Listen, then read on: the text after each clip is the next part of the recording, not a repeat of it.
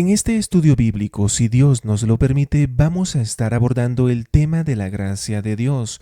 Vamos a observar bíblicamente y a analizar qué es la gracia de Dios y qué no lo es.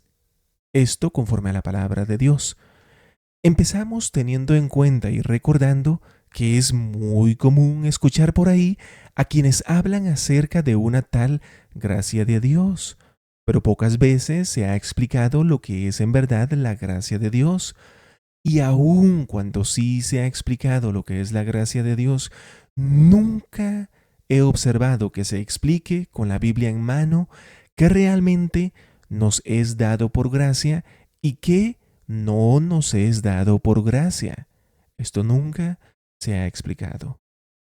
Al buscar la etimología, es decir, el origen de la palabra gracia y su significado, tenemos que gracia proviene de la palabra latín gratia, que significa reconocimiento o favor.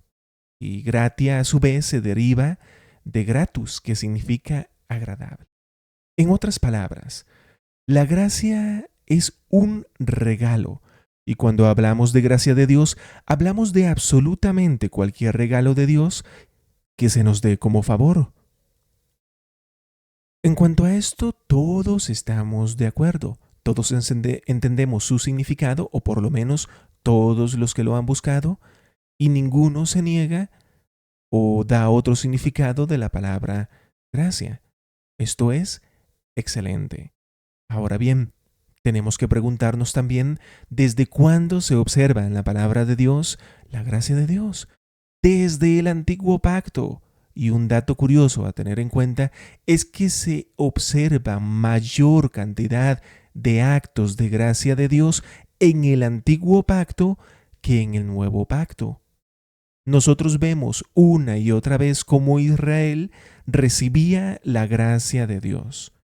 Se observa más en el antiguo pacto que en el nuevo, porque de hecho en el nuevo existe una menor cantidad de citas de acontecimientos de aquel tiempo, aunque podemos observar algunos acontecimientos, bueno, muchos acontecimientos en el Evangelio y también algunos en Hechos de los Apóstoles, pero por ejemplo, Romanos, Gálatas, Efesios, son cartas que Pablo escribe para explicarles temas doctrinales a la iglesia cristiana, por supuesto, pero no está contando acontecimientos que están sucediendo en aquel entonces. Son menos los que encontramos.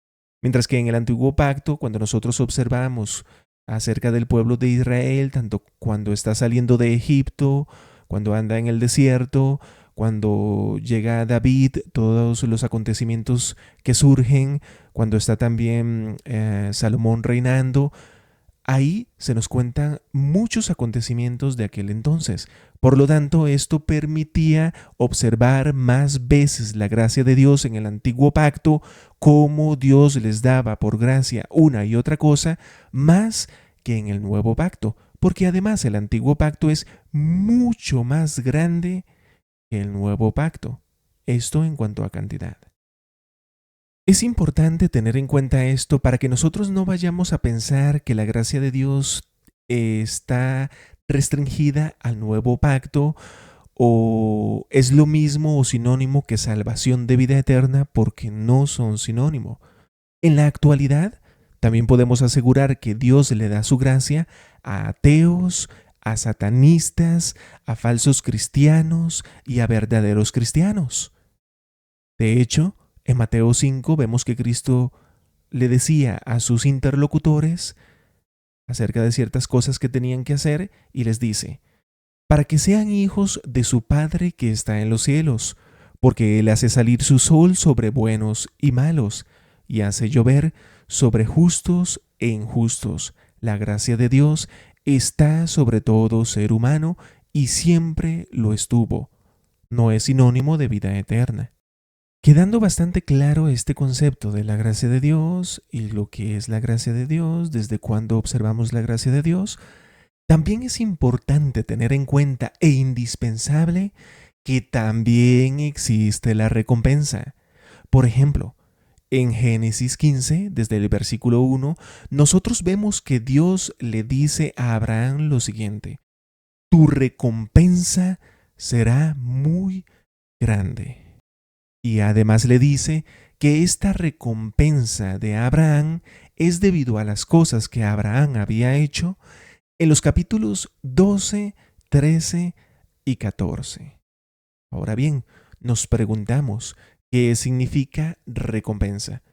Podemos observar tanto en su etimología como en su propio significado que recompensa es la paga merecida, merecidísima de algo que hemos hecho. Ese es el significado de recompensa.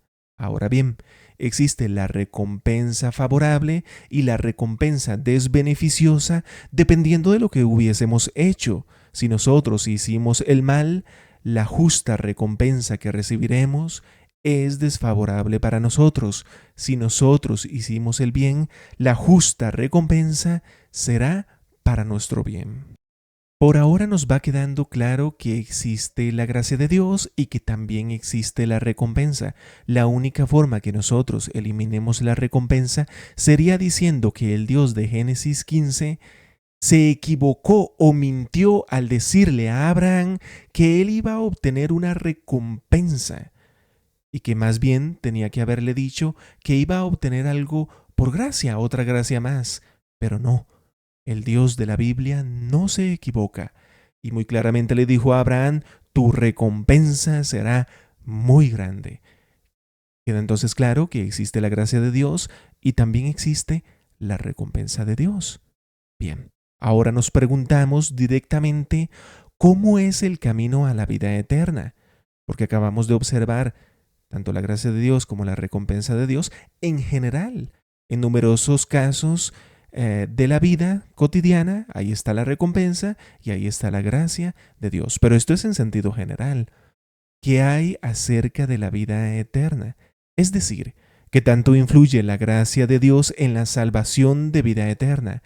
¿Y habrá alguna cosa que influya en cuanto a la recompensa también para la salvación de vida eterna? ¿Será que la palabra de Dios nos dice algo así? Analicémoslo.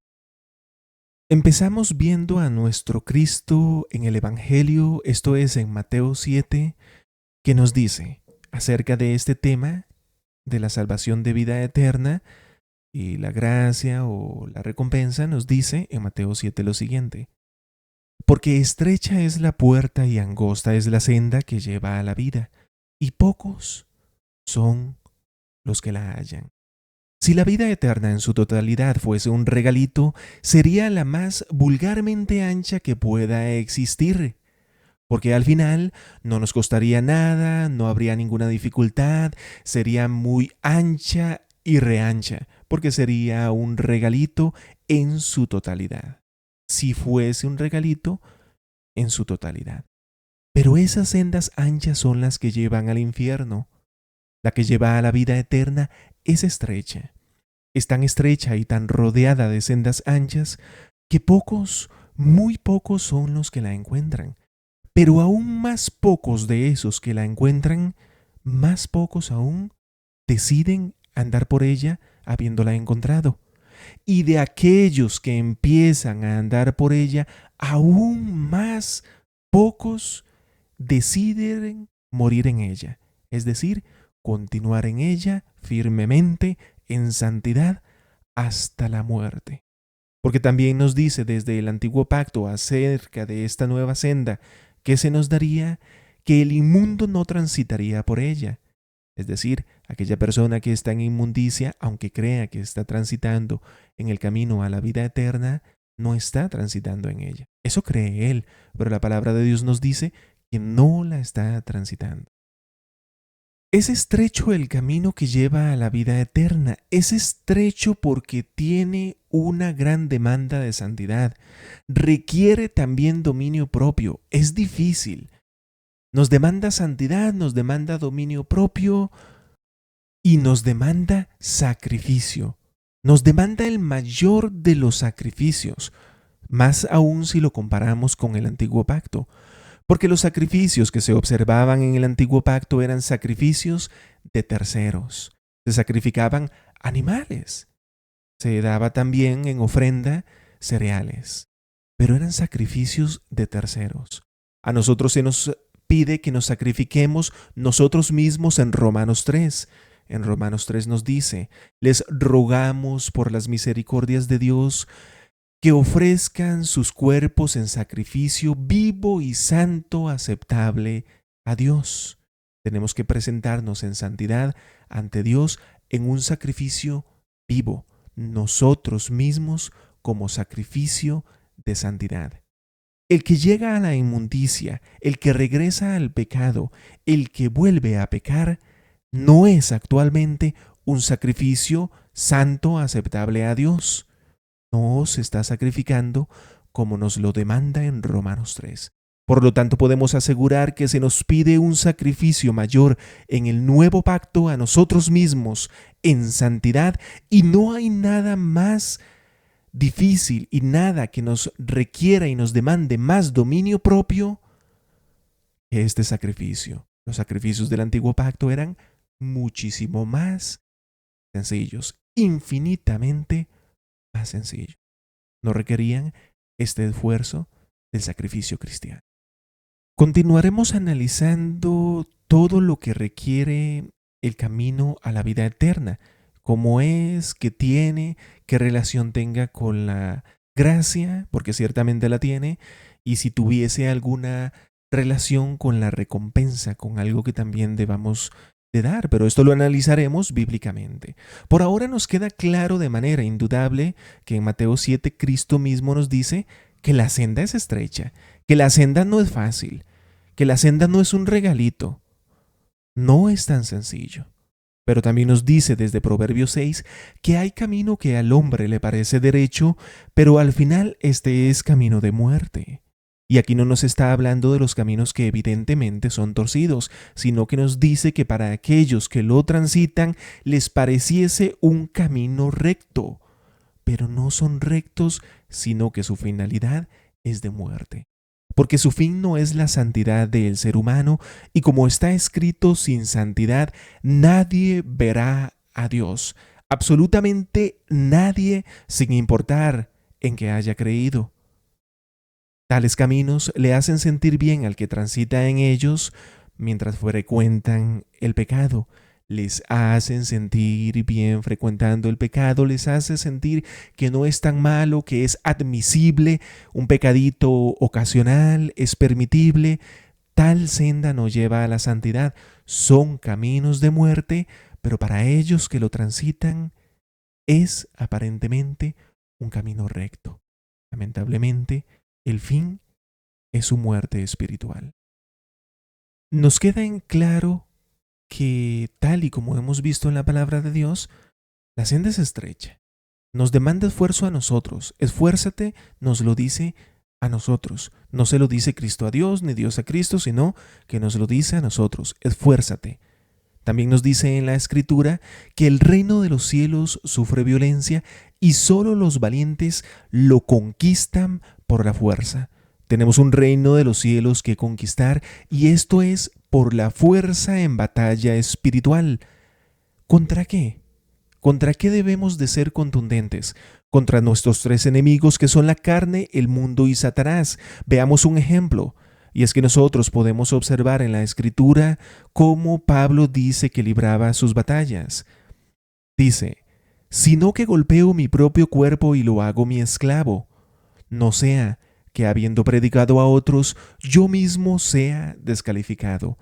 Pablo esclavizaba su cuerpo en santidad, pero actualmente es muy común ver personas que dicen ser cristianas, pero que su carne les continúa esclavizando.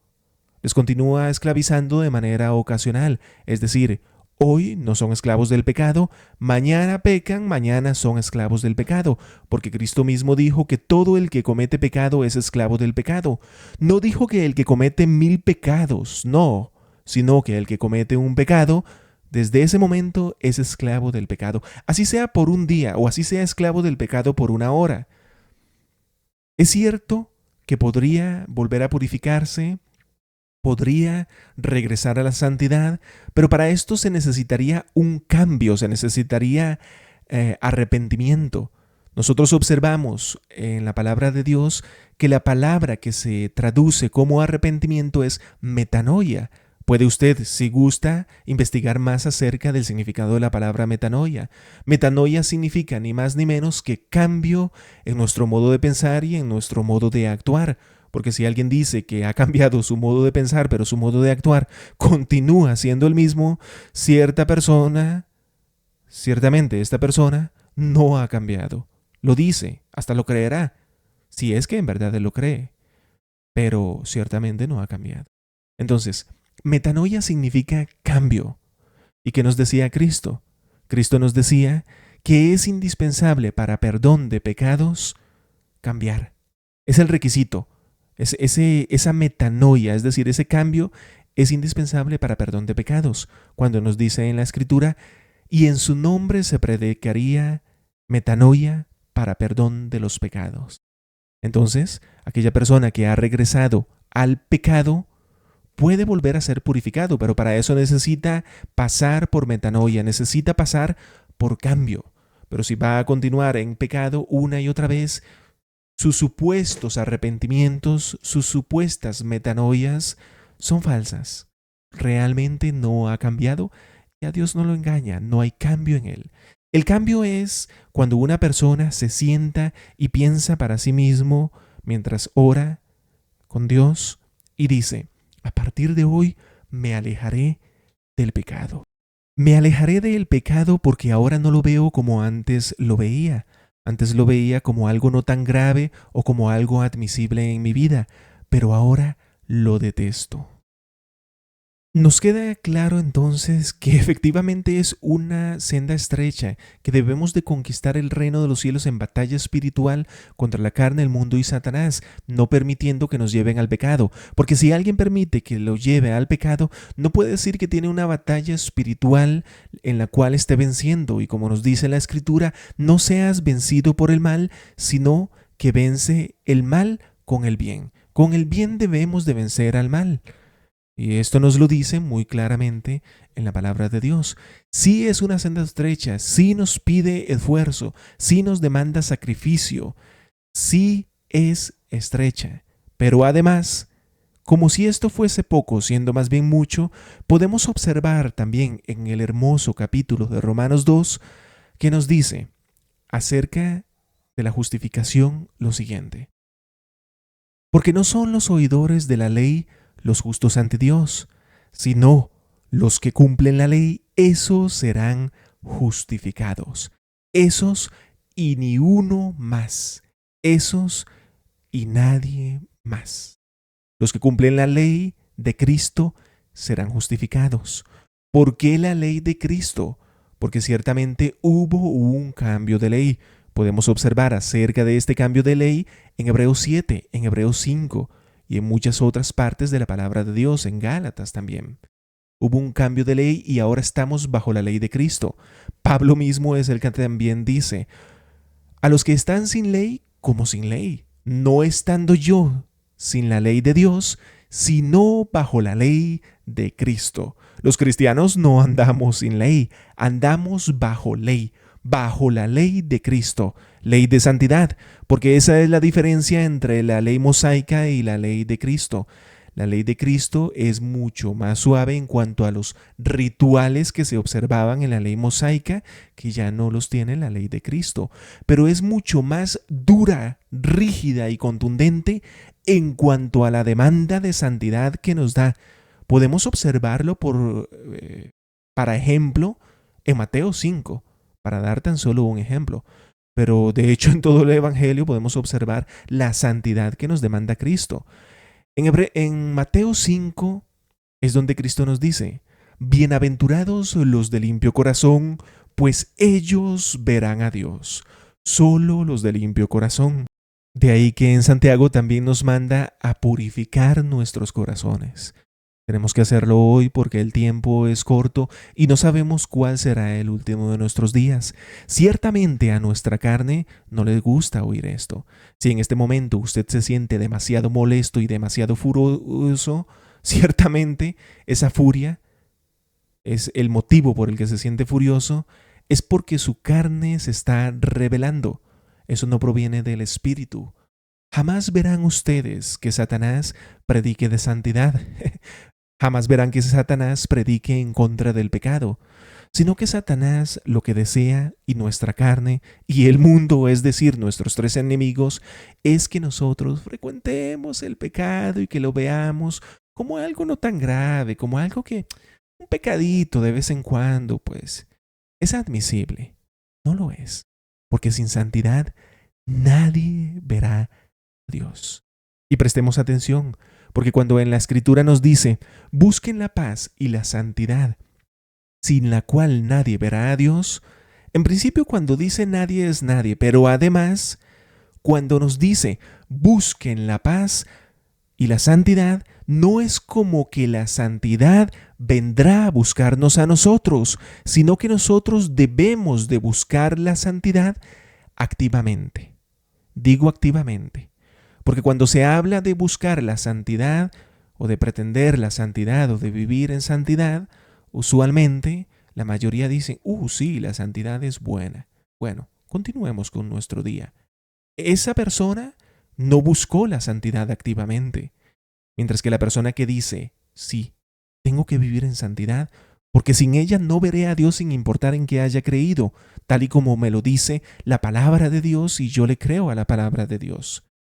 Por lo tanto, mañana empezaré un ayuno de 3 días. Posteriormente dejaré 3, 4 días y haré un ayuno no. En este caso, haré una vigilia de toda la noche. La vigilia, el ayuno, el apartarnos de cualquier cosa que nos sea tentación, pero de manera contundente. Como dijo Cristo mismo, si tu ojo te es ocasión de caer, arráncatelo, porque te es mejor entrar en la vida eterna tras haberte arrancado un ojo que nunca haberlo hecho e ir al infierno.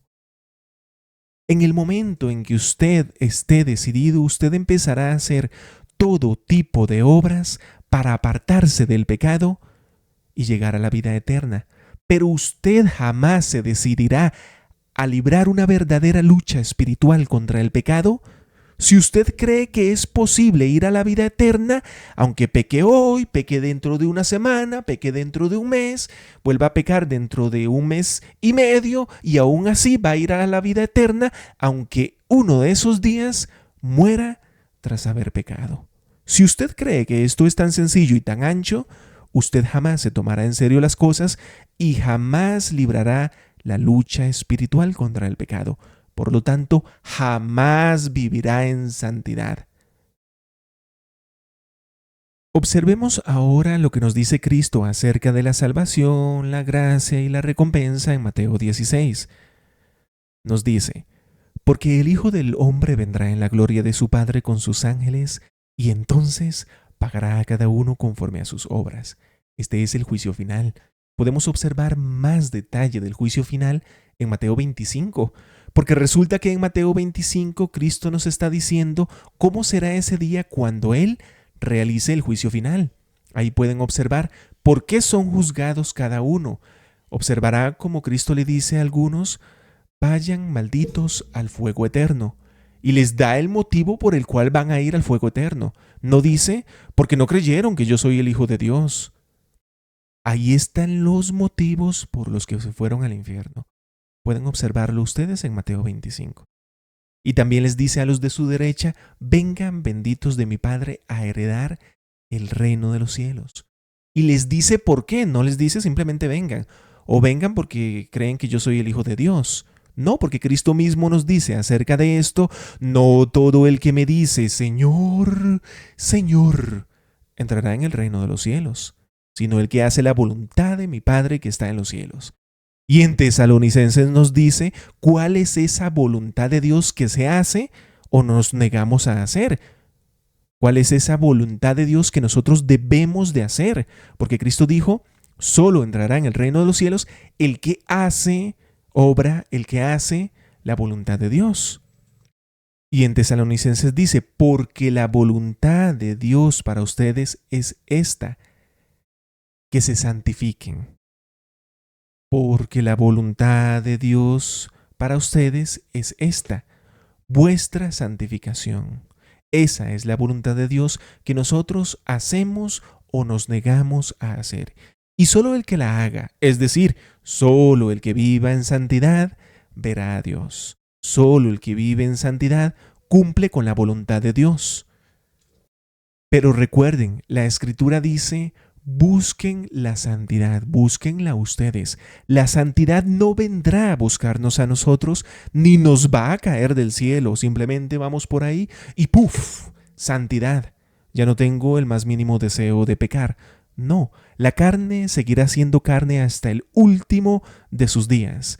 La carne seguirá intentando ejercer sobre usted dominio y llevándole a pecar.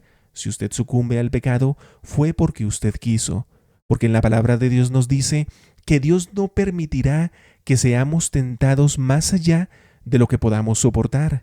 De tal manera que usted no puede decir que es imposible soportar la tentación, no puede decir que es imposible apartarse del pecado, porque Dios nos promete en su palabra que no permitirá que seamos tentados más allá de nuestra capacidad para soportar. Jamás lo permitirá. Por eso es que los mandamientos de santidad de Cristo realmente no son gravosos. Nosotros podemos superar toda tentación que venga a nuestra vida. Pero si usted no se lo toma en serio, usted no llegará a la vida eterna, porque por nuestras obras seremos juzgados, nos dice en Mateo 16. ¿No quiere usted que le lea Romanos 2 en caso que usted sienta desagrado por esta verdad bíblica? Porque si usted siente desagrado por esta verdad bíblica es porque su carne se está oponiendo, pero nuestro espíritu ciertamente siente agrado por la santidad, porque por ella veremos a Dios. Cristo jamás predicó de salvación de vida eterna sin obras. Cristo predicó alejarnos de las malas obras y vivir en buenas obras. Mateo 16. ¿Qué provecho obtendrá un hombre si gana el mundo entero, pero pierde su alma? El alma se ha de ganar, el alma se puede perder.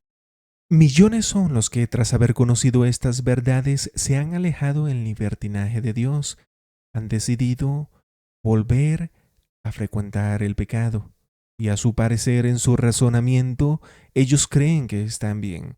Su camino les parecerá recto, como nos decía en Proverbios 6. En Mateo 10, además nos dice, el que ama al padre o a la madre más que mí, no es digno de mí.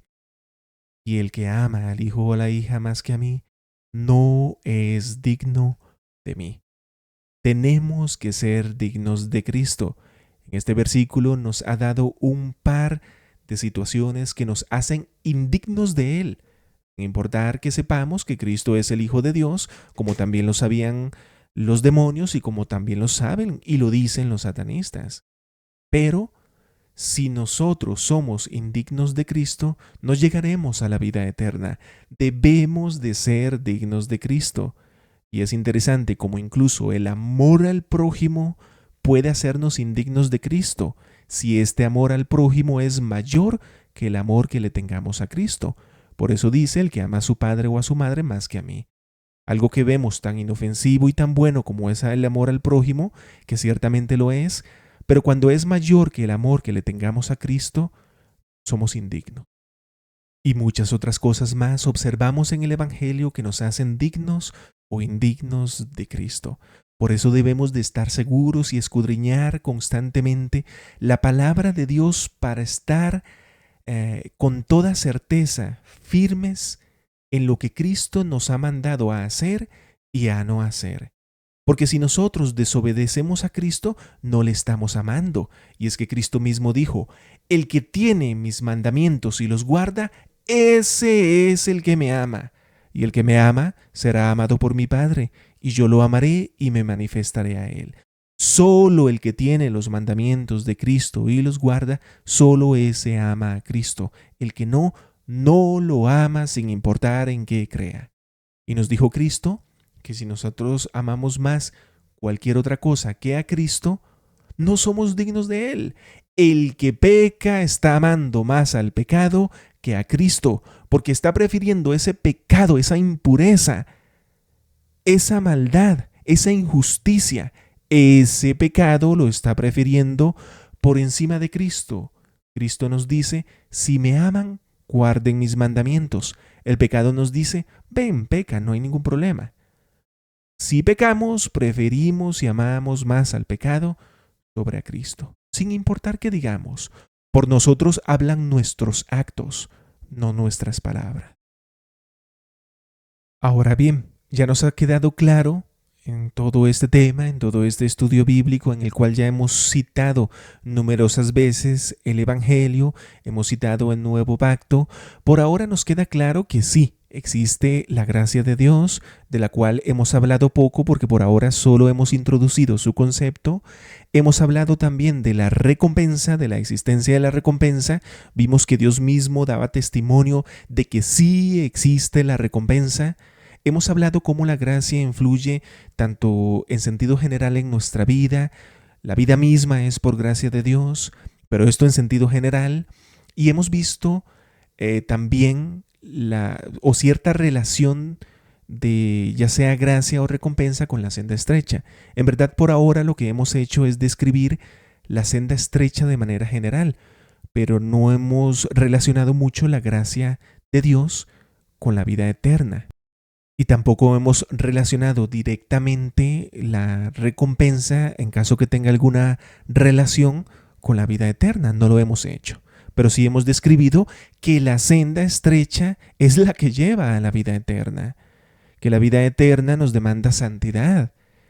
Que para poder transitar en esto tendremos que dar, en esta senda, tendremos que dar mucho esfuerzo y mucho sacrificio, incluso mayor que el del antiguo pacto. Hemos detallado todo esto bastante bien, pero ahora también se va acercando el momento en que tengamos que relacionar la gracia de Dios con la vida eterna y tengamos que observar alguna que otra cosa más. Incluso citamos a Cristo cuando nos decía en Mateo 16 que Él mismo vendrá para hacer el juicio final y entonces pagará a cada uno conforme a sus obras. Posterior a su venida, por supuesto, se realiza el juicio final después de su venida. Y entonces pagará a cada uno conforme a sus obras. No fuimos nosotros los que lo hemos escrito, sino que está así en la palabra de Dios. Pero entonces preguntémonos, ¿qué cosas Dios nos ha dado o nos dará por gracia según la Biblia, pero referente a la salvación de vida eterna? Y ahora es no la gracia general de Dios, sino la gracia específica en el tema de la salvación de vida eterna. Bueno, en principio, Dios nos ha dado por medio de Cristo dos cosas indispensables para la salvación de vida eterna. Ambas nos fueron dadas por gracia, porque no nos las merecíamos. Nos fueron dadas por gracia. Y de estas cosas que nos han sido dadas, estos elementos que nos han sido dados por gracia para salvación de vida eterna, es importante también decir que solo podemos acceder a ellos si tenemos fe. Al decir esto estamos dándole su importancia a la fe, pero no cualquier fe, porque no cualquier fe salva. Si nosotros tuviésemos la fe de los demonios, que consiste en saber que Cristo es el Hijo de Dios, y ya lo vamos a ver en Santiago 2 como nos lo dice, esta fe de los demonios no es la que nos lleve a la vida eterna. Es una fe específica y no basta con saber que Cristo es el Hijo de Dios, porque esto lo creen los demonios y los satanistas. De hecho, los demonios identificaban a Cristo cuando se les acercaba. Recordarán ustedes el pasaje del Evangelio donde le dicen los demonios a Cristo, ¿qué tienes con nosotros, Hijo del Dios viviente? ¿Acaso has venido a atormentarnos antes de tiempo? Lo identificaron, lo reconocieron como Hijo de Dios, eran los demonios y no por eso van a ser salvos. Los satanistas también lo dicen continuamente, sí. Existe Dios y existe Cristo, el Hijo de Dios, porque los satanistas no son ateos. Una cosa son los ateos y otra cosa son los satanistas.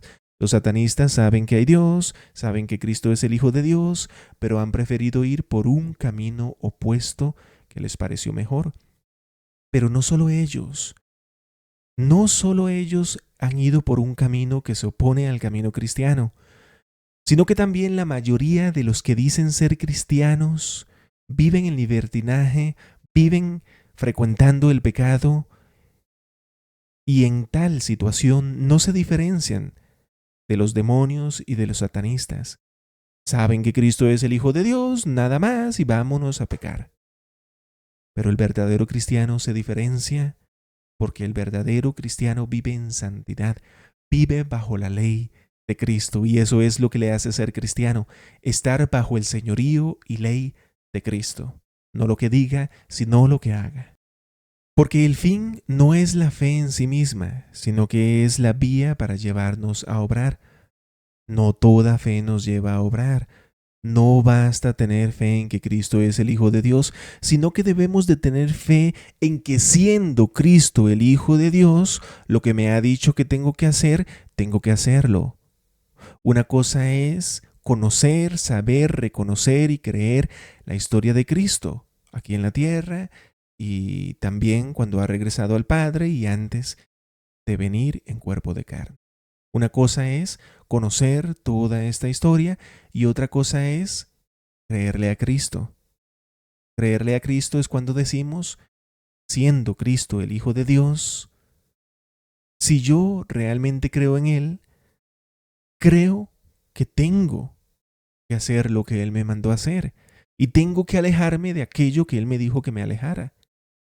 Pero hay quienes saben que Cristo es el Hijo de Dios y aunque Cristo diga, hagan esto, ellos hacen lo opuesto y dicen, no es necesario hacer lo que Cristo me dijo.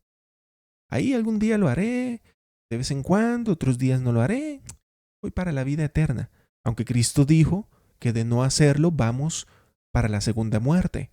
Pero aún así, el ser humano, en su carne, desea cambiar el camino de santidad. La carne no quiere sujetarse a la palabra de Dios y por eso ha luchado de diversas maneras. Desviándonos de la santidad, nos desvía de la vida eterna. Pero regresemos al tema. ¿Cuáles elementos nos han sido dados para vida eterna? Por gracia, para salvación de vida eterna. Lo primero que nos ha sido dado es el Evangelio de Cristo. Usted no me va a decir que usted se merecía ese Evangelio. Nos fue dado por gracia. El Evangelio es el conjunto de doctrinas dentro del cual los cristianos nos tenemos que conducir. Esto es lo que Pablo llama la ley de Cristo, como vimos anteriormente al citarlo. Y esta ley de Cristo es la ley bajo la que el cristiano está. Pero también nos ha sido dado, por gracia y por medio de Cristo, el sacrificio expiatorio de Cristo. Estas son las dos cosas que Cristo vino a dejarnos para conducirnos a la vida eterna. Pero primero nos deja su evangelio con su doctrina, es decir, sus enseñanzas, donde figura su ley. Posteriormente también nos deja su sacrificio expiatorio. El sacrificio expiatorio es solo un reset, una nueva oportunidad, nada más, para luego empezar una vida distinta, con el cambio, es decir, con metanoia, con cambio. Una vida donde empecemos a vivir en santidad sin la cual nadie verá a Dios.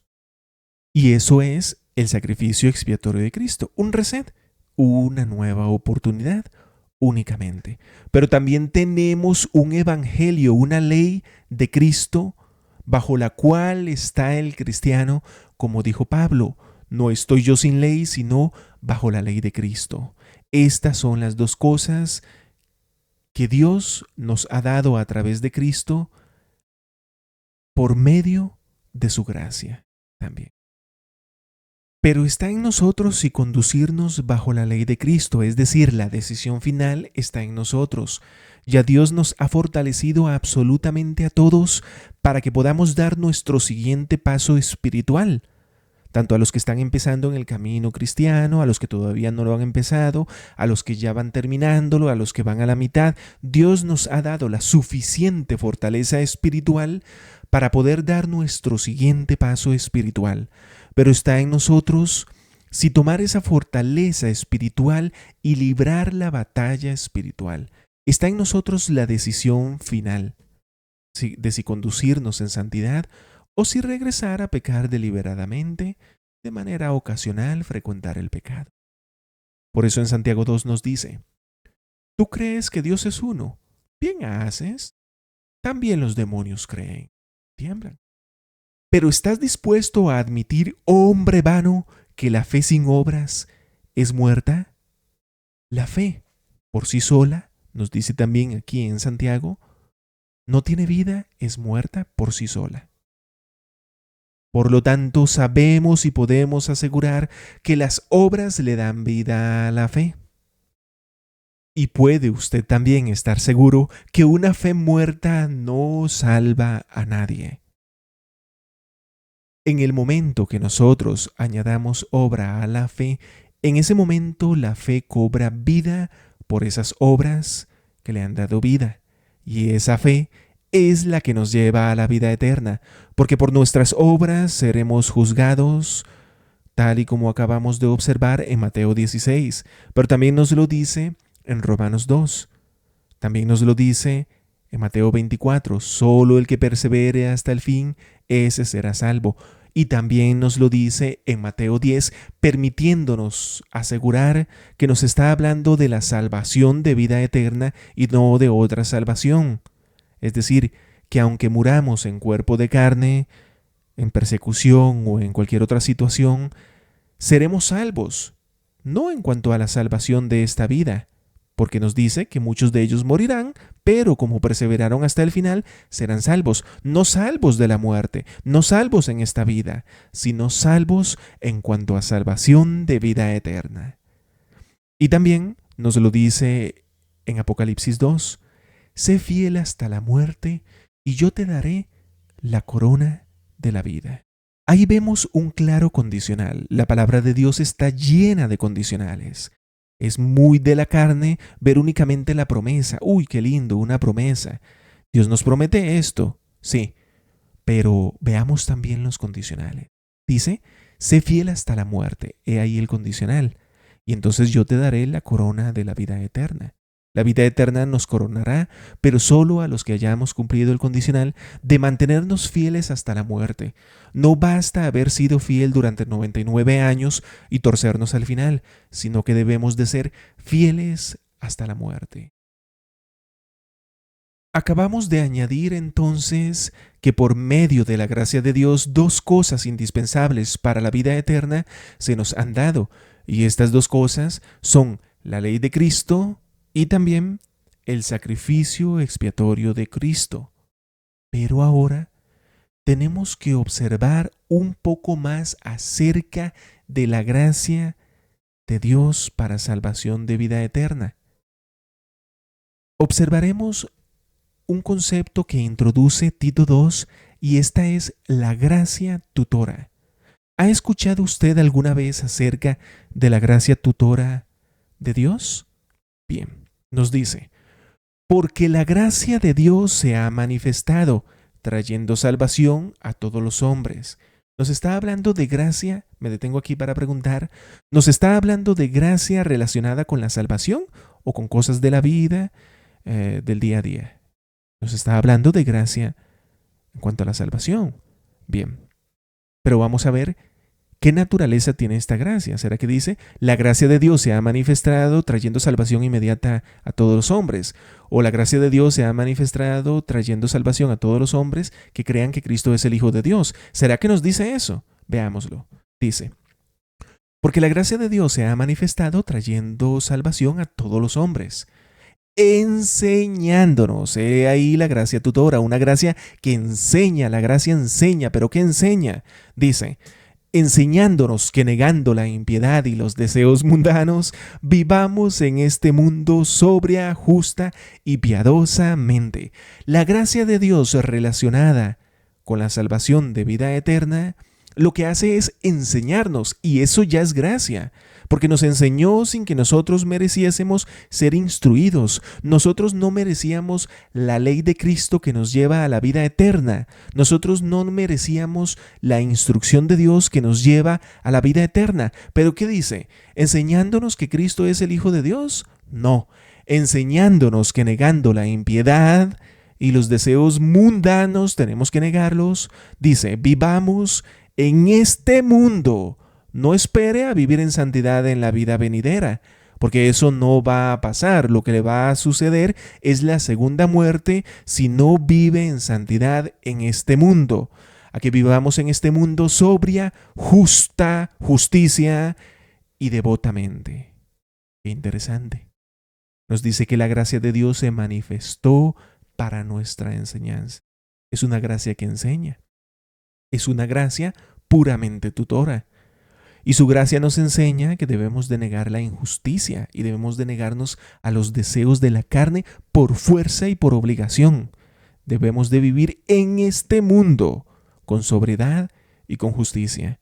¿Puede usted estar seguro que en el pecado no hay sobriedad alguna, no hay justicia alguna? ¿Negará acaso usted que Cristo mismo nos enseñó que los dos mandamientos más importantes son amar a Dios y amar al prójimo?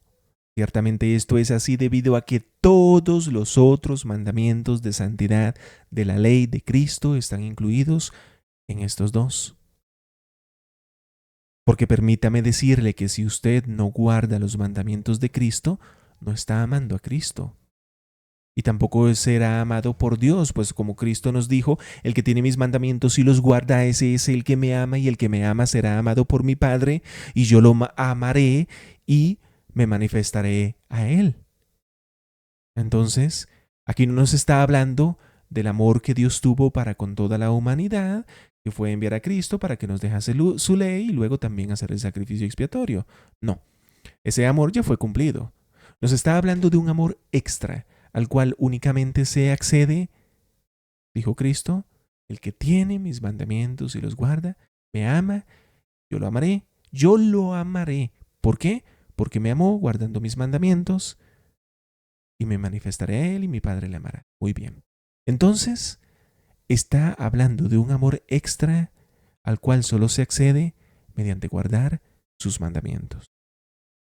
Por todo esto podemos concluir en que por gracia nos ha sido dada la ley de Cristo, y también nos muestra que la salvación nos ha sido dada por gracia, porque el sacrificio expiatorio y el camino que nosotros debemos de transitar, es decir, la ley de Cristo, nos han sido mostrados por gracia. Pero esta gracia es una gracia instructora nada más, una gracia que enseña, una gracia que nos trae dos elementos: el sacrificio expiatorio de Cristo y la ley de Cristo primero, para que así nosotros podamos decidir en nuestra voluntad si cumplir los requisitos, que son que negando la impiedad y los deseos mundanos vivamos en este mundo sobria, justa y devotamente.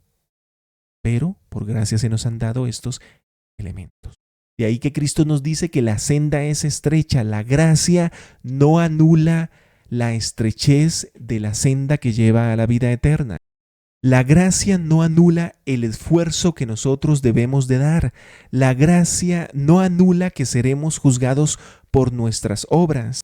No dice que seremos juzgados por gracia, ni nos dice que seremos juzgados por nuestra fe, aunque ciertamente por gracia se hará el juicio final. Y esto es así, porque en ese juicio final seremos absueltos los que vivimos en santidad. En ese juicio final se determinará por medio de nuestras obras quién irá a la vida eterna y quién irá a la condenación eterna. Ya se lo dije, lea Mateo 25 y vea qué es lo que hizo que los que van al infierno vayan al infierno, y qué es lo que hizo que los que van a la vida eterna vayan a la vida eterna. Yo entiendo que es muy probable que llegados a este punto usted tenga a la mente Efesios 2. Y usted puede estar diciendo, pero es que a mí me enseñaron algo muy distinto. A mí me enseñaron que la vida eterna simplemente era un regalito en su totalidad y me enseñaron muchas otras cosas para intentar entender los otros pasajes que nos demandan santidad, que nos hablan de que vamos a ser juzgados por nuestras obras. Me enseñaron muchas otras cosas para intentar entender eso, de las cuales ciertamente no estoy seguro, no todo me queda claro, hay mucha cosa extraña por motivo de la interpretación que me han enseñado, pero me enseñaron que la vida eterna era un regalito en su totalidad. Y de sencillito, tome regalito vida eterna y ya, haga lo que quiera, porque de todas formas irá a la vida eterna, aunque no me dicen haga lo que quiera, pero básicamente eso implica que sí puedo hacer lo que quiera y que llegaré a la vida eterna. Y aún así eso es lo que me enseñaron a mí, porque es un regalito, si no, no lo sería. De ser así, no se preocupe. En el siguiente estudio bíblico, si Dios nos lo permite, vamos a estar abordando el tema de salvaciones en plural. ¿Le han predicado a ustedes salvaciones en plural? Bien, en este tema, si Dios nos lo permite, vamos a estar abordando la diferencia enorme entre salvación y vida eterna. ¿Por qué? Recientemente se ha utilizado como sinónimo. No solo no son sinónimo, sino que son dos cosas muy distintas. Vamos a verlo bíblicamente como hicimos en este estudio bíblico, porque tal y como usted ha podido observar, le he suministrado numerosos versículos para entender acerca de este tema. Pero si todavía siente que no lo comprende por completo debido a una enseñanza que le han dado acerca de la salvación y de la gracia, la relación entre la gracia y la salvación, en el siguiente estudio bíblico lo estaremos abordando, donde usted podrá libremente analizar con la palabra de Dios en mano si esto es así o no es así, si esto es tal y como vamos a observar en esos versículos que estaremos citando, o si no es así. Y, en todo caso, voy a suministrarle en este momento, si Dios me lo permite, más versículos que nos llevan a ver cómo se requiere nuestro esfuerzo para poder vivir por medio de dominio propio en santidad, para así ver a Dios. Citemos 2 de Pedro 3. Nos dice Pedro acerca de Pablo algo muy interesante.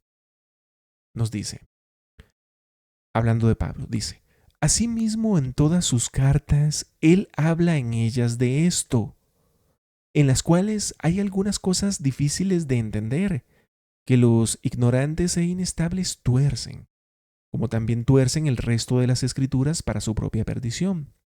Espere un momentito ahí. Esto todos podrían utilizarlo para decir que los otros, que no crean como él cree, son los que están torciendo las escrituras. Así podría ser si no leemos el contexto, porque en el contexto nos dice de qué está hablando y quiénes son los únicos que tuercen las escrituras para su propia perdición, a los cuales llama ignorantes e inestables. ¿Cómo podemos saberlo? De la siguiente manera, preste atención, dice, asimismo Pablo en todas sus cartas habla en ellas de esto, que los otros tuercen, los ignorantes e inestables tuercen. ¿Qué es lo que tuercen?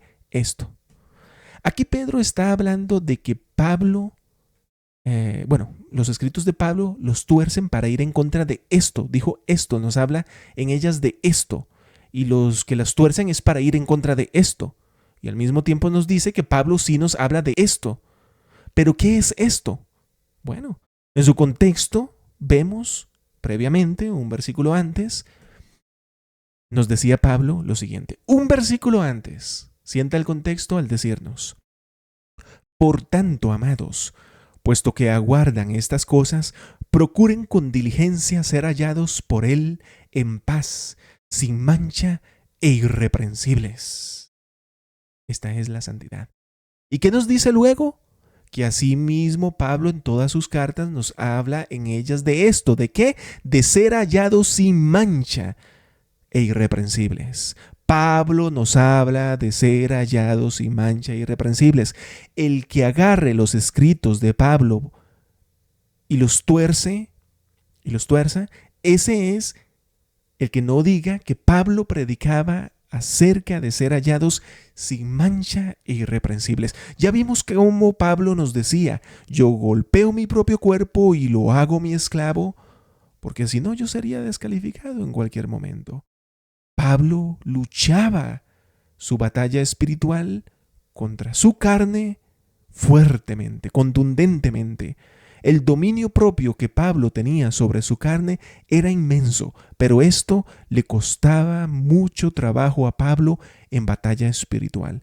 Y Pedro nos da testimonio de que los escritos de Pablo en todas sus cartas, no dicen unas cuantas, sino que en todas sus cartas, nos habla en ellas de esto, de que esto, un versículo antes decía, de ser hallado sin mancha e irreprensible. Por fuerza y para salvación debemos de vivir en santidad. Pero nos dice que debemos de tener cuidado con los indoctos e inconstantes que tuercen estas cosas, porque toman los pocos segmentos donde Pablo habla de la ley mosaica. Pablo habla acerca de la ley mosaica en esos segmentos, los toman para enfrentarlos a los cientos de pasajes donde Pablo nos habla de la ley de Cristo. Lo tuercen mezclándolo. En 2 Corintios 5 nos dice, porque es menester que todos nosotros comparezcamos ante el tribunal de Cristo, para que cada uno reciba según lo que haya hecho mientras estaba en el cuerpo, ya sea bueno o sea malo. Recibiremos según nuestros hechos, es decir, según nuestras obras. Y Pedro nos dice que el fin de la enseñanza de Pedro mismo, así como la enseñanza de Cristo y además la enseñanza de Pablo, es que en el juicio final nosotros vamos a ser juzgados y se nos entregará la vida eterna o la segunda muerte dependiendo de lo que nosotros hayamos hecho, dependiendo de nuestras obras. Pero la fe correcta nos guía a obrar correctamente. La fe incorrecta nos lleva a obrar incorrectamente, porque la fe correcta nos dice que siendo Cristo el Hijo de Dios lo que me ha dicho que tengo que hacer, Mateo 19, si quieres entrar en la vida, guarda los mandamientos. Mateo 5, bienaventurados los de limpio corazón, porque ellos verán a Dios. Y también nos dice en Juan 14, el que tiene mis mandamientos y los guarda, ese es el que me ama. Siendo así, si Cristo es el Hijo de Dios, mi fe me dice que lo que me ha dicho que tengo que hacer, tengo que hacerlo. Que lo que me ha dicho que no tengo que hacerlo, esto es pecar, no tengo que hacerlo. Esta fe es la que nos lleva, es la única que nos lleva a obrar correctamente y vamos a ser juzgados por nuestras obras. Por lo tanto, esta fe es la única que lleva a la vida eterna, aquella que no solo cree la historia de Cristo, sino que le cree a Cristo y empieza a vivir en sus caminos, esforzándose por vivir en santidad. En resumen, por medio de la gracia de Dios, se nos ha dado muchas cosas, pero referente a la salvación de vida eterna, también se nos han dado dos cosas importantes, importantísimas. Estas son el Evangelio, donde figuran sus mandamientos, los mandamientos de Cristo, que componen la ley de Cristo, bajo la cual el cristiano está. Y además de estar bajo ella, el cristiano también ha de cumplirla para llegar a la salvación de vida eterna. Y también se nos ha dado, por gracia, el sacrificio expiatorio de Cristo, que no anula la ley de Cristo, que no va en contra del Evangelio, sino que tiene una funcionalidad distinta. Su funcionalidad es servirnos como un reset, es decir, darnos una nueva oportunidad que no tendríamos si no existiese el sacrificio expiatorio de Cristo. Pero no es una oportunidad de regresar a pecar libremente. No nos permite pecar libremente. No es una licencia para pecar. Es simplemente una nueva oportunidad para a partir de ahí sí vivir bajo la ley de Cristo. Entendemos que por medio de la palabra de Dios, la vida eterna se nos entregará según lo que nosotros hiciéramos, fuese bueno o fuese malo. Y como nos dice en Mateo 16, en Romanos 2, en Apocalipsis 2, en Mateo 24, en Mateo 10 y así sucesivamente, por todo el nuevo pacto, se nos dice que depende de nuestro andar Así será nuestro resultado en el juicio final. De hecho, la Biblia entera es una advertencia contra el pecado, entera. Y es un llamado entera, la palabra de Dios, es un llamado a vivir en santidad. Esto es, obviamente, sin pecar deliberadamente. Hebreos 2. Busquen la paz con todos y la santidad sin la cual nadie verá a Dios.